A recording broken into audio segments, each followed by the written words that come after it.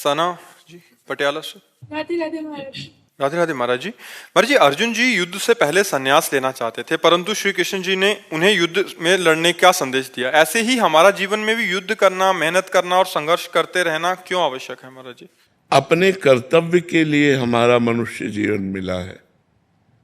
स्वधर्मो निधनो श्रेया परधर्मो भयावहा। अपना जो धर्म है वो देखने में छोटा हो तो भी वो हमारे कल्याण के लिए है, और दूसरे का बड़ा धर्म दिखाई देता हो तो हमारे लिए ठीक नहीं। अर्जुन ने बड़ा धर्म चुना अपने निज धर्म का त्याग करके। बड़ा धर्म संन्यास, और निज धर्म उस समय छात्र धर्म के अंतर्गत युद्ध रूपी कर्तव्य है।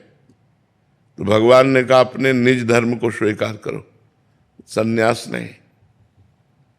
समय है, अगर आपका सारा निज धर्म का कार्य पूर्ण हो गया है तो आप संन्यास ले लीजिए, और अगर निज धर्म का कार्य है तो संन्यास से श्रेष्ठ है निज धर्म। स्वधर्मो निधनो श्रेया परधर्मो भयावहा।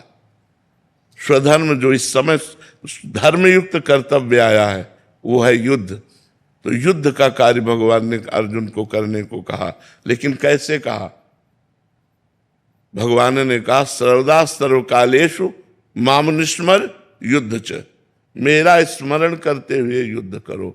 ऐसे ही आप पढ़ाई है, डॉक्टरी है, मास्टरी है, वकालत है, जिसको जो मिला हुआ है वो भगवान का नाम स्मरण करते हुए पूजा मान करके करो, तो आपको उसी से भगवत प्राप्ति हो जाएगी। अलग से अगरबत्ती जलाने की जरूरत नहीं पड़ेगी। आप विश्वास करो, आप जो कर्म कर रहे हो ईमानदारी से करो, सच्चाई से करो, भगवान के लिए करो और नाम स्मरण करते हुए करो। देखो आपको भगवत प्राप्ति होती है कि नहीं। जो कर्म कर रहे हो, देखो हम आपको संतों की महिमा बताते हैं। श्री रैदास जी का नाम सुना होगा आपने, बड़े महान संत हुए हैं और गृहस्थ थे। उनकी पत्नी थी, रैदास जी की पत्नी थी, सुना है ना, पत्नी थी, और वो अपना कार्य करते थे। इतने बड़े सिद्ध महापुरुष हुए कि एक पंडित जी गंगा नहाने रोज जाते थे। तो रैदास जी से कहा कि रैदास जी कभी गंगा नहाते तो होते ही। तो उनका हम अपने कर्म को ही पूजा समझते हैं। आप रोज गंगा नहाने जाते हो, ये 2 केला है, बड़ी कठिन कमाई के हैं, गंगा जी को दे देना, कह देना रैदास जी ने दिया है। पंडित जी ने ले लिया, और जब जाकर गंगा जी से कहा कि रैदास जी ने ये 2 केले आपको दिए, तो गंगा जी में से हाथ प्रकट हुआ और 2 केले लेके समा गया। फिर थोड़ी देर में हाथ प्रकट हुआ और आवाज आई कि स्वर्ण का जो कंगन है ये रैदास जी को हमारी तरफ से प्रसादी दे देना, गंगा जी ने। अब पंडित जी ने देखा आसपास तो कोई है नहीं, और इतना कीमती कंगन रैदास जी को कहां से? तो वो दूसरी गली से चले, तो खड़े हो गए रैदास जी के सामने जाके।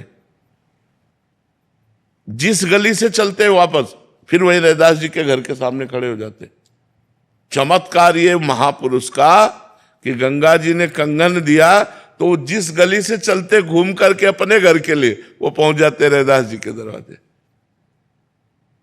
आखिरकार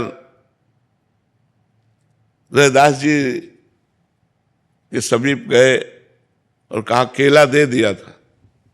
तो उन्होंने ऐसे कठौता में हाथ डाला और कहा हाँ हाँ दे दिया था। कठौता में केला उनको मिले, बोले हाँ दे दिया था। उनका गंगा जी ने आपके लिए, तो उनका हम इसको क्या करेंगे, आप ही रख लो।